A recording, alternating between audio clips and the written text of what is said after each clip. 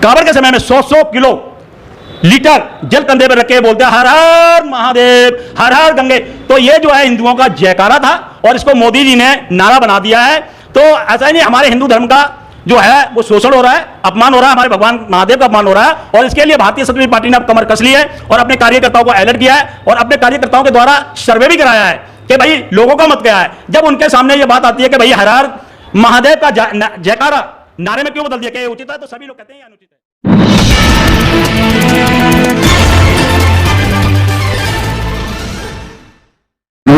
आज हम बात करते हैं एक जानी मानी शख्सियत जो कि परिचय की मोहताज नहीं है, फिर भी मैं एक बार परिचय देता हूं। भारतीय सत्य विजय पार्टी के राष्ट्रीय अध्यक्ष मुकेश शर्मा जी से बात करते हैं। मुकेश शर्मा जी कह रहे हैं कि भारत के सभी सरकारी संस्थाओं में ठेकेदारी प्रथा खत्म हो और अस्थायी लोगों को स्थायी किया जाए।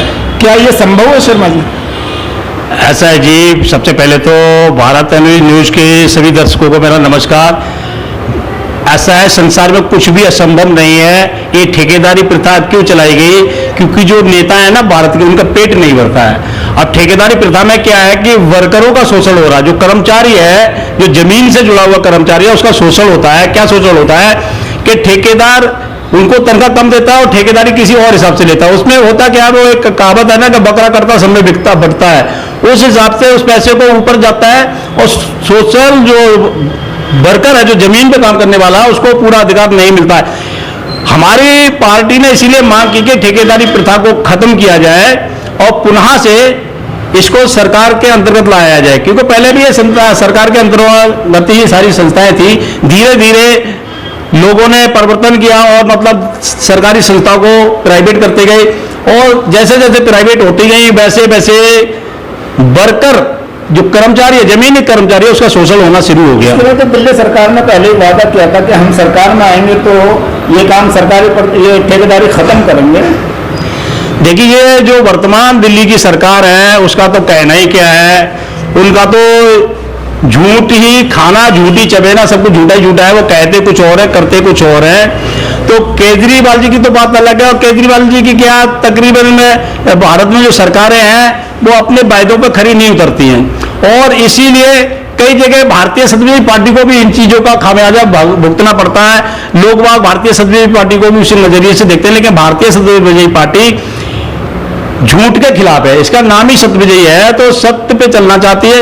और ये जो ठेकेदारी प्रथा खत्म करने की जो हमने मांग की, उसका कारण यही है कि सरकार के अंतर्गत आए। और जब सरकार के अंतर्गत में जो ये संस्थाएं आएंगी तो जो कर्मचारी लगे, हम ये नहीं कहते कि नई भर्ती कीजिए, जो कर्मचारी जहां लगा उसको वहीं रेगुलर कर दीजिए और जो सरकारी सुविधाएं वो सारी दीजिए, जिससे जो है जो जमीनी वर्कर है, जो ठेकेदारी प्रथा के अंदर आता है, उसका शोषण ना हो सके और उसको अधिकार मिल सके। तो केजरीवाल जी से आपका विश्वास उठा हुआ है कि आज भारतीय जनता पार्टी पर विश्वास करते हैं कि वो करेंगे इस काम को? जी ऐसा है, हमारी पार्टी ने मांग की है भारत सरकार से, भाई हमारी मांग है स्वीकार करें। तो भारत सरकार ने हमारी किसी भी मांग को अभी तक कोई रिप्लाई नहीं दी है। एक भारतीय समाजवादी पार्टी ने मांग की थी भारत सरकार से, वो आपके चैनल के माध्यम से बताता हूं कि हमने मांग की थी कि भाई जो पहले क्या था, इतनी भारत में सरकारें आई गई और किसी ने भी सिलेंडर से, जो घरेलू सिलेंडर उसकी सब्सिडी खत्म नहीं की थी। इन्होंने सब्सिडी खत्म कर दी। उसकी हमने मांग की थी उनसे कि भाई सब्सिडी पुनः लागू की जाए, क्योंकि गरीब के चूल्हे से, गरीब की रसोई से गैस सिलेंडर बाहर निकलता जा रहा है, क्योंकि उनकी हद से बाहर हो गया। आज जो है अगर कोई वर्कर 10,000 रुपए की तनख्वाह ले रहा है, वो 1100 रुपए का सिलेंडर नहीं ले सकता। तो भारत सरकार से हमने इस चीज की मांग की, तो उन्होंने, और हमने कहा भी था कि अगर हमारी मांगों को स्वीकार नहीं किया जाएगा तो हम सड़क पे उतरेंगे। तो भारत सरकार ने हमारी एक मांग को तो मान लिया कि सिलेंडर पे इन्होंने पुनः सब्सिडी चालू कर दी। और हम भारत सरकार से ये मांग भी करेंगे कि इसको रेगुलराइज किया जाए, कि ये नहीं कि चुनाव के बाद फिर उसको 1200 का कर दिया जाए, उतना ही रखा जाए। एक सिलेंडर ही महंगा नहीं है, रसोई वो आपका जो ऑयल है, कच्चा ऑयल भी और बाकी चीजें भी तो महंगी हैं, उसके लिए आपने क्या किया? जी हमारी सरकार पार्टी ने कई मांगे की हैं। जो अपना पेट्रोल है, डीजल है, उसके लिए भी मांग की है हमने कि कम से कम आप एक काम कीजिए। पहली बात तो आपने रेट बहुत ज़्यादा बढ़ा दिए हैं। अगर आप नहीं कर सकते तो जैसे अपने 2 व्हीलर वाले हैं उनके लिए आप सब्सिडी दीजिए, क्योंकि एक 2 व्हीलर वाला जो है बहुत छोटे स्तर पे आता है, क्योंकि अगर उसको कहीं दूर जाना है और अगर बस से जाए तो उसको समय ज़्यादा लगता है। तो हमने उस मांग को किया कि मतलब जितने भी टू व्हीलर वाले हैं उनके लिए सब्सिडी दी जाए, प्लस जो किसान उनके लिए डीजल पे सब्सिडी दी जाए, मतलब जो कृषि के कार्य में जो आते हैं उस पर डीजल में की जाए। लेकिन सरकार ने उस पर हमें कोई रिप्लाई नहीं दिया और ना उस पर कोई जवाब दिया। किसानों की आय तो दुगनी करने का वादा किया है मोदी जी ने। देखो जी, मोदी जी की अगर आप बात करेंगे तो मोदी जी भारत में ऐसे प्रधानमंत्री हैं कि कुछ भी बोल सकते हैं और किसी बात पे खरे नहीं उतरते। बोलने को तो उन्होंने 15 लाख देने का भी वायदा किया था, वो 15 लाख उन्होंने कहाँ दिया है वो हम बताते हैं आपको, और आपके एक चैनल के माध्यम से। मोदी जी ने अपने यारों के 11 लाख करोड़ रुपया माफ कर दिया। तो जो हमारे आम आदमी का 15 लाख रुपया था ना जो देना था, वो उन्होंने अपने यारों को दे दिया।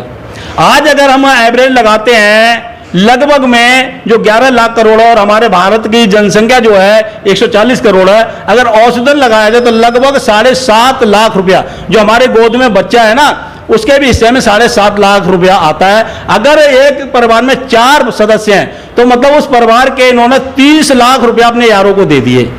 मोदी जी इतने बड़े बड़े काम कर रहे हैं। अब देखिए इजराइल जाने के लिए भी तैयार बैठे हुए हैं मोदी जी, वो इतने बड़े बड़े काम कर रहे हैं और आप ऐसी बात कर रहे हैं। ऐसा है जी, इजराइल जाए देखो अच्छी बात है, एक दूसरे की सहायता करनी भी चाहिए। सबसे पहले मैं मोदी जी को आपके चैनल के माध्यम से एक सलाह देना चाहता हूं, पहले अपना घर को साफ कीजिए। अच्छी बात है बाहर का घर भी साफ करें, लेकिन पहले अपना घर साफ कीजिए। हमारे देश में अगर आपने ये बात उठाई है तो मणिपुर में क्या हुआ था, मोदी जी क्यों मौन धारण किए रहे? हाथरस में क्या हुआ, मोदी जी क्यों मतलब मौन धारण किए रहे? जंतर मंतर पे सम्मानित भारत की बेटियां जाके बैठी, उस आंदोलन को षड्यंत्र के द्वारा खत्म किया गया। तो मोदी जी आप कर क्या रहे हैं? मतलब देश के प्रति आपकी जो जिम्मेदारी है वो तो आप निभा नहीं रहे हैं। आप विदेशों की बात कर रहे हैं, पहले अपने देश को तो सुधार लीजिए। देश में गरीब फांसी लगा के मर रहा है। अगर किसी ने 10,000 रुपए या 20,000 या लाख 2 लाख रुपया अगर बैंक से लोन ले लिया और वो नहीं दे पाया, बिजनेस अगर उसका फेल हो गया तो उसको फांसी लगानी पड़ रही है, और आप अपने यारों के 11-11 लाख करोड़ रुपया माफ कर रहे हैं। तो कहां तक का है? सत्य तो यह है कि जो हमारे भारत के प्रधानमंत्री हैं, उनको राजधर्म का ज्ञान भी नहीं है। क्यों राजधर्म का ज्ञान नहीं है? कि राजा का सबसे प्रथम कर्तव्य जो होता है वो प्रजा के प्रति होता है। राजा और प्रजा, पुत्र और पिता का नाता होता है, और वो चीज उनके अंदर हमने कभी नहीं देखी। भारतीय जनता पार्टी से ताल्लुक रखने वाले यति नरसिंहानंद जी कह रहे हैं 1000 शिष्यों के साथ मैं इजराइल जाऊंगा। वो देश को और देश की जनता को सभी को कायर बता रहे हैं, वो खुद बहादुर बनकर वहां जा रहे हैं। क्या कर पाएंगे वो वहां पर? मैं उनसे एक बात का निवेदन करूंगा कि अगर आप इतने जागरूक हैं और मतलब शेरे दिल हैं तो आप मणिपुर क्यों नहीं गए? मणिपुर में हमारी बेटियां, हमारी माताएं, हमारे देश की माताएं बेटियों को नंगा नचाया गया, तो उस टाइम क्या सो रहे थे ये? क्या ये कुंभकर्ण है जो उनकी नींद नहीं खुली थी उस टाइम पे? अरे उस टाइम पे भी नींद खुलती है, ये जाते हम चलते हैं उनके साथ में। अगर मणिपुर जाते ना टीम लेके, हम उनकी टीम में शामिल होते कि भाई हमारे देश के सम्मान की बात है। जब देश के सम्मान की बात होती है तो ऐसे लोग सोते रहते हैं, और जब दूसरों के देश की बात होती है तो कहते हैं हम जा रहे हैं। अरे एक बार जाते तो सही वहां। हम मणिपुर क्यों नहीं गए? हाथरस क्यों नहीं गए? जब बेटी को उनकी माता पिता की इच्छा के विरुद्ध रात में दफनाया गया, वहां क्यों नहीं गए अपनी टीम को लेके? जब जंतर मंतर में भारत की बेटियां अपने सम्मान के लिए लड़ती रही और उनका आंदोलन एक षड्यंत्र के द्वारा तोड़ा गया, वहां क्यों नहीं पहुंचे ये अपनी टीम को लेके? अच्छा, अब से पहले 14 से पहले हमने देखा हर हर महादेव का जयकारा लगता था, भगवान का जयकारा लगता था, और 14 के बाद हर हर मोदी का नारा लगने लगा। इसका क्या मतलब है? क्या मोदी जी भगवान बन गए? देखिए जी, भारतीय सत्यविजय पार्टी शुरू से इस चीज की निंदा कर रही है। कोई भी व्यक्ति ईश्वर से तुलना नहीं कर सकता, ना तो कोई हिंदू ईश्वर से तुलना कर सकता है, ना हमारा कोई मुसलमान भाई अल्लाह से तुलना कर सकता है। इस चीज की निंदा करते हैं, और भारतीय सत्यविजय पार्टी ने इस मुद्दे को उठाया। ये मुद्दा नहीं है, ये मतलब एक भारत धर्म की आस्था है। जिस समय हमारे कावड़िया भाई कावड़ के समय में 100 किलो लीटर जल कंधे पर रख के बोलते हैं हर हर महादेव, हर हर गंगे। तो ये जो है हिंदुओं का जयकारा था, और इसको मोदी जी ने नारा बना दिया है। तो ऐसा ही नहीं, हमारे हिंदू धर्म का जो है वो शोषण हो रहा है। अपमान हो रहा है, हमारे भगवान महादेव का अपमान हो रहा है। और इसके लिए भारतीय समाजवादी पार्टी ने अब कमर कस ली है और अपने कार्यकर्ताओं को अलर्ट किया है और अपने कार्यकर्ताओं के द्वारा सर्वे भी कराया है कि भाई लोगों का मत क्या है। जब उनके सामने ये बात आती है कि भाई हर हर महादेव का जयकारा नारे में क्यों बदल दिया, क्या ये उचित है? तो सभी लोग कहते हैं ये अनुचित है। जब अनुचित है तो ये नारा नहीं लगना चाहिए, जयकारा जयकारा ही लगना चाहिए। और मोदी जी को आगे बढ़कर भगवान महादेव के भक्तों से माफी मांगनी चाहिए और कि भाई उनसे गलती हुई, आगे से वो हर हर मोदी का नारा नहीं लगवाएंगे, हर हर महादेव का ही नारा लगवाएंगे। हमारे आप भी तो हिंदू हैं, आपने मोदी जी से बात की कि भाई ये तो हमारा भगवान का अपमान हो रहा है। हमने कई बार अपने टीवी चैनलों यूट्यूब पे डाली क्योंकि उनसे वो सिर्फ अपने यारों से ही मिलते हैं, आम जनता से तो मिलते भी नहीं है। हमने पहले एक बार पत्र लगाया था और हमें कोई टाइम भी नहीं दिया गया था। सबसे बड़ी बात यह है, मैं आज आपके चैनल के माध्यम से कहता हूं कि भगवान महादेव की निंदा करने वाला व्यक्ति भगवान राम की पूजा नहीं कर सकता, क्योंकि भगवान राम ऐसे लोगों के हाथ से पूजा को स्वीकार नहीं करते हैं। हमारी रामायण कहती है कि भगवान राम कहते हैं कि और एक गुप्तबत सबे कहूं कर जोर शंकर भजन बिन नर भक्ति पावे न मोर। जब भगवान राम स्वयं कह रहे हैं कि जो जीव भगवान महादेव का भजन नहीं करता है, भगवान महादेव का मान नहीं रखता, हम उसके हाथ की पूजा स्वीकार नहीं करते हैं और हमें वो मतलब बिल्कुल भाता ही नहीं है, हम उसको देखना ही नहीं चाहते। दूसरी बात मैं आपको और बता दूं, जो भगवान महादेव में भगवान रामचंद्र जी के शब्द हैं, ये रामायण में लिखे हुए हैं।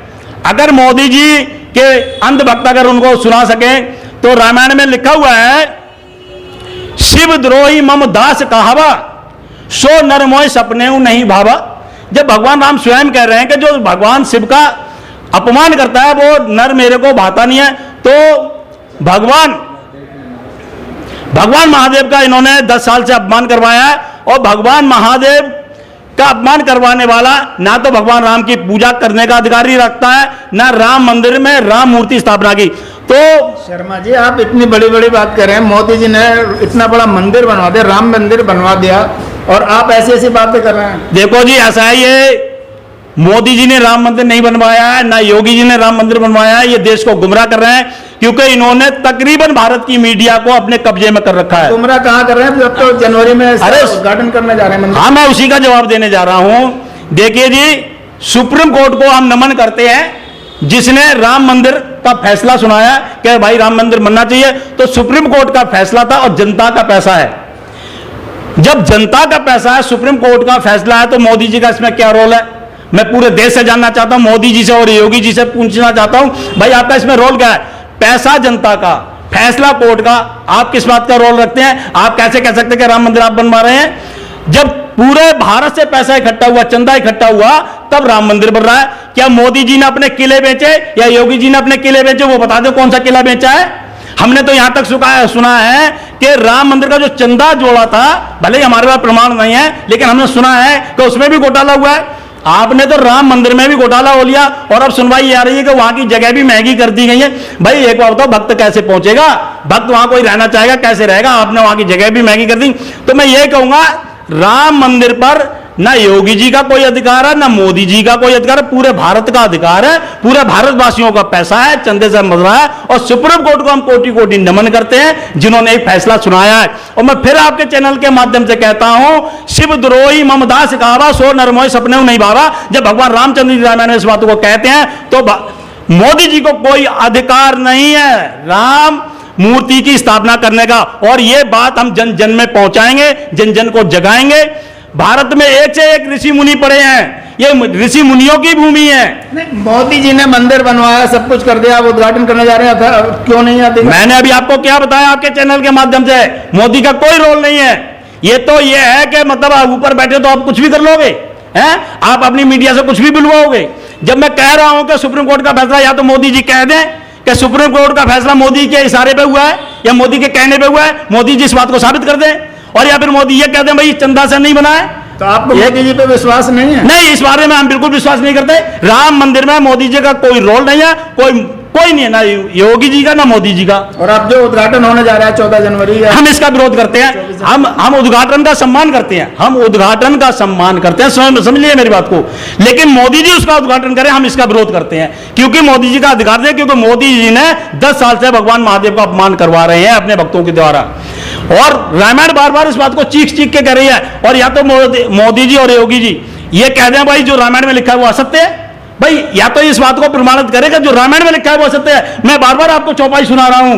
भगवान राम कहते हैं शिव द्रोही ममदास कहावा सो नरमोही सपने नहीं बाबा। जब भगवान राम स्वयं इस बात को कहते हैं कि जो नर भगवान महादेव का अपमान करता है वो मुझे नहीं भाता, क्या कोई इंसान, कोई मनुष्य भगवान से तुलना कर सकता है? एक मोदी जी ने आज से हमारे देश को 75 साल हो गए आजाद हुए, क्या और देश में नेता नहीं हुए? किसी ने और किसी नेता नहीं अपना हर के साथ में अपना नारा लगवाया? फिर इन्होंने क्यों लगवाया? क्या इनको एक मिनट, क्या इनको धर्म का ज्ञान नहीं था? क्या इनको मोदी जी का धर्म ज्ञान नहीं था? इनके पास कोई धर्म गुरु नहीं है जो इनको ये शिक्षा देता?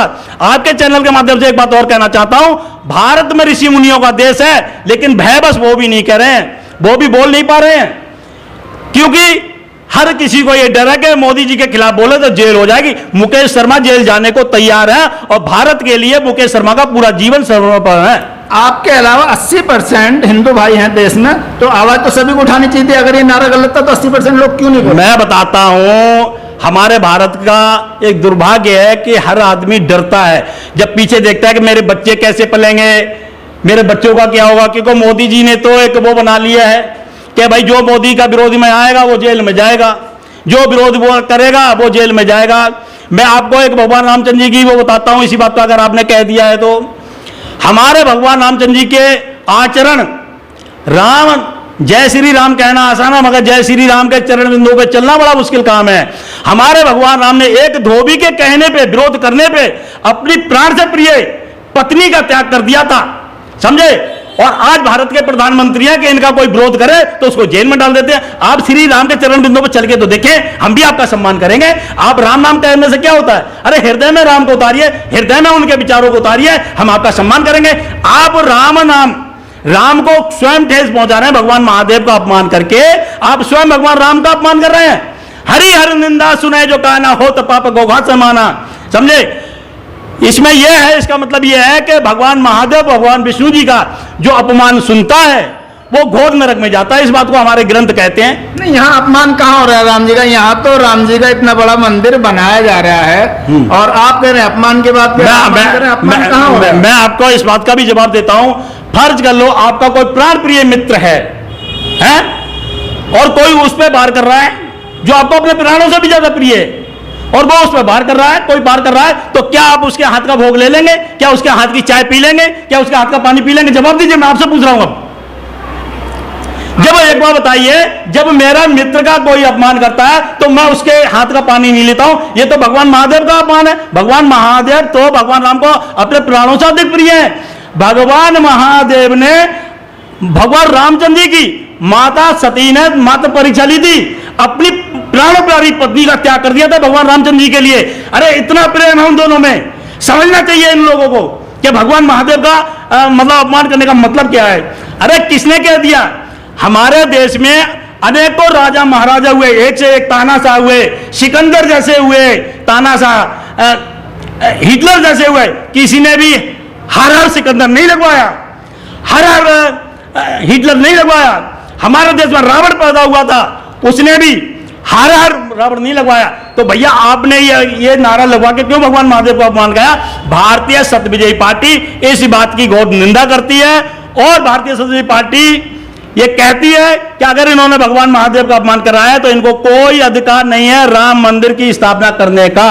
ये इतनी लंबी लिस्ट लिए हुए हैं आप, इसमें क्या क्या मांगे आपकी मोदी जी से?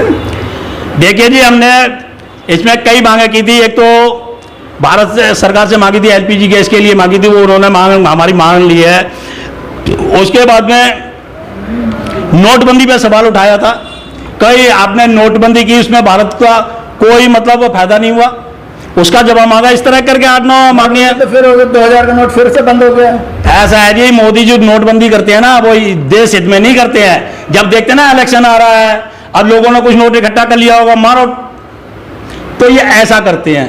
समझे। देश में अगर नोटबंदी हुई होती, हमने इनसे सवाल किया था कि ऐसे क्या जरूरी था जो आपको नोटबंदी करके देश को संकट में डाल के जापान जाना पड़ा। इस सवाल का आज तक इनसे जवाब नहीं निकला। हमने इनसे पूछा, जब जनार्दन रेड्डी अपनी बेटी की शादी में 500 करोड़ रुपया लगा सकता है, तो आपकी माता हीरा बहन को 4000 के लिए लाइन में क्यों नहीं लगना पड़ा?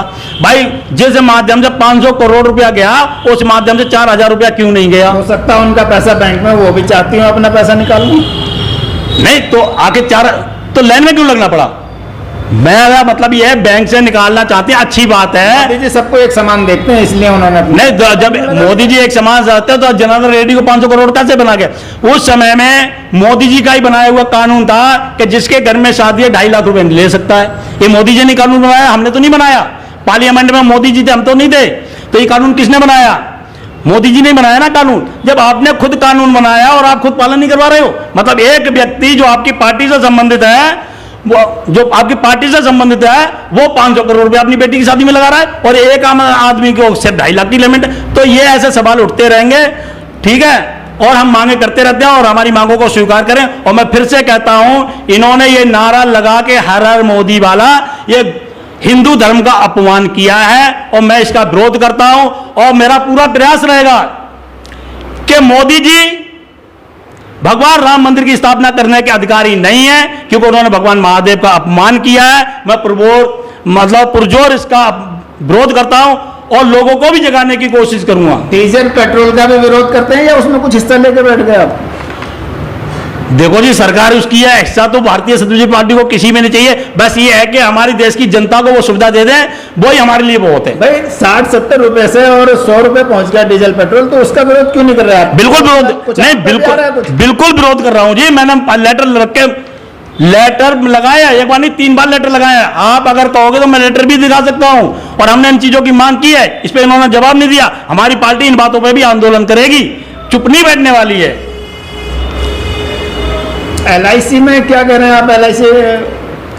LIC में हमने मांग की थी, जो आपने इसको प्राइवेट कर दिया, अडानी जी को दे दिया LIC।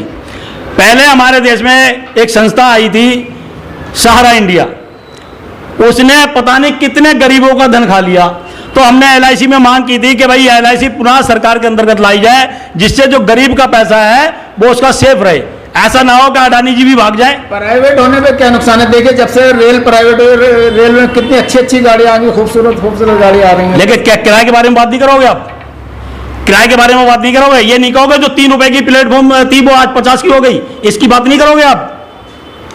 नहीं, सुविधाएं भी तो बढ़ गई हैं। क्या सुविधा बढ़ गई है बताओ? आम आदमी आज भी एक पैर पे खड़े होकर सफर कर रहा है। क्या सुविधा मिली है बताओ मेरे को? मैं आपके चैनल से और आपसे ही पूछता हूं, आज भी आम आदमी जर्नल बोगी में एक पैर पे खड़े होके जा रहा है। क्या सुविधा दी है भाई आपने? पब्लिक ज्यादा आ जा रही है, कारोबार नहीं आ जाके, मतलब एक बात बताइए, अगर मेरे को यहां से अपने घर जाना तो मैं जाऊं नहीं, मतलब यहीं बैठा रहूं? जाना चाहिए नहीं जाना चाहिए? जनसंख्या बढ़ रही है तो गाड़ियों में तो अरे तो जनसंख्या नियंत्रण लगाओ ना। कौन मना कर रहा है आपको? लगाओ ना, मना कौन कर रहा है? कौन लगाएगा? अरे वो भारत सरकार के अधिकार में है। वो तो भारत सरकार में जितने बैठे हुए उनको भी 8-10 बच्चे और भाई बहन हैं, तो वो कैसे लगा देंगे? देखिए जी, तो महंगाई तो बढ़ाना कहां तक उचित है ये बताइए? मैं आपसे पूछता हूं, मुझे महंगाई बढ़ाना उचित है क्या? आप सरकार क्या मतलब क्या होता है? नियंत्रण का नाम सरकार है। अगर आपके पास नियंत्रण है तो आप सरकार हैं, अगर आपके पास नियंत्रण नहीं है तो आप सरकार नहीं है। आज आपने हर चीज पे टैक्स लगा दिया। आप एक तरफ तो 11 लाख करोड़ रुपया माफ कर रहे हैं, दूसरी तरफ गरीब जनता से टैक्स ले रहे हैं। आप आटे पे कौन सी ऐसी चीज है जिस पर टैक्स नहीं लगा दिया इन्होंने? आपको मोदी जी का करा हुआ कोई भी काम पसंद नहीं आ रहा? इतने अच्छे काम कर रहे हैं, पूरी दुनिया में डंका बज रहा है मोदी जी का। ऐसा है जी, डंका कौन बजा रहा है? मोदी जी ने कुछ डबरू बजाने वाले रख लिए हैं।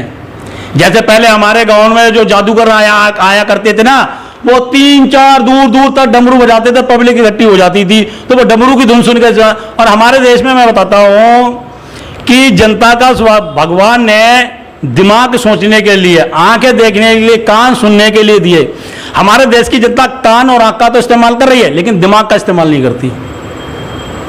जिस दिन भारत की जनता ने दिमाग का इस्तेमाल करना शुरू कर दिया, उस दिन इनकी गोदी मीडिया की बात ही नहीं सुनेगी, वो सच्चाई को जानना चाहेगी।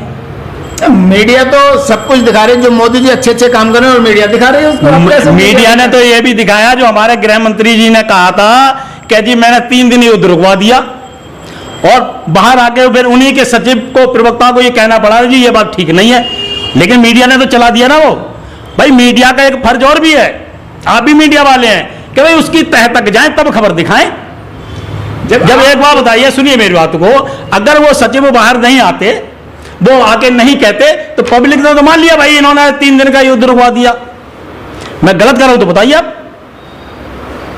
तो बहन बात यह है कि आज भारत की जनता वही देख पा रही है जो मीडिया परोस रही है, और मीडिया वही परोस रही है जो मोदी जी परोसवा रहे हैं। तो कहानी यह है, मोदी जी कहेंगे तो मीडिया को तो करना पड़ेगा। क्यों करना पड़ेगा? मीडिया एक चौथा स्तंभ है, इस बात को आप मानते नहीं मानते हैं? चौथा स्तंभ है, मीडिया का काम है। मैं आपको मीडिया की भी बताता हूं, मीडिया एक सूर्य है। सूर्य का मतलब है कि जहां सूर्य नहीं होता वहां अंधकार होता है, और आज जो मीडिया नाम का जो सूर्य है वो लालच के बादल में ढक गया है। लालच के बादल में ढक गया है, वो सच्चाई को दिखाना ही नहीं चाहता है, क्योंकि उसके मन में भी लालच है, या तो कहीं लालच है या कहीं दबाव है, इन दोनों में से एक चीज है। तो मीडिया सच्चाई को नहीं दिखा पा रही है। मैं बता रहा हूं, जो हमारी सोशल मीडिया है वो थोड़ी बहुत खबरें दिखाती भी है, तो वहां से थोड़ी बहुत जनता को पता लग जाती है। सोशल मीडिया को मैं धन्यवाद करता हूं और आभार प्रकट करता हूं कि थोड़ी बहुत जो उनके हाथ में लग जाती है वो दिखा देते हैं, तो उससे कुछ जनता को पता लग जाता है। नहीं तो जो गोदी मीडिया है वो तो यही पता नहीं लगना चाहिए। अगर मोदी जी रात में खड़े होकर कहते हैं भाई बहुत सूर्य तेज धूप पड़ रही है, तो आज की मीडिया ये कहेगी भैया रात में देखो कितनी धूप पड़ रही है, पसीने आ रहे हैं हमें। तो आज मीडिया ये काम कर रही है, सच्चाई नहीं दिखा रही है।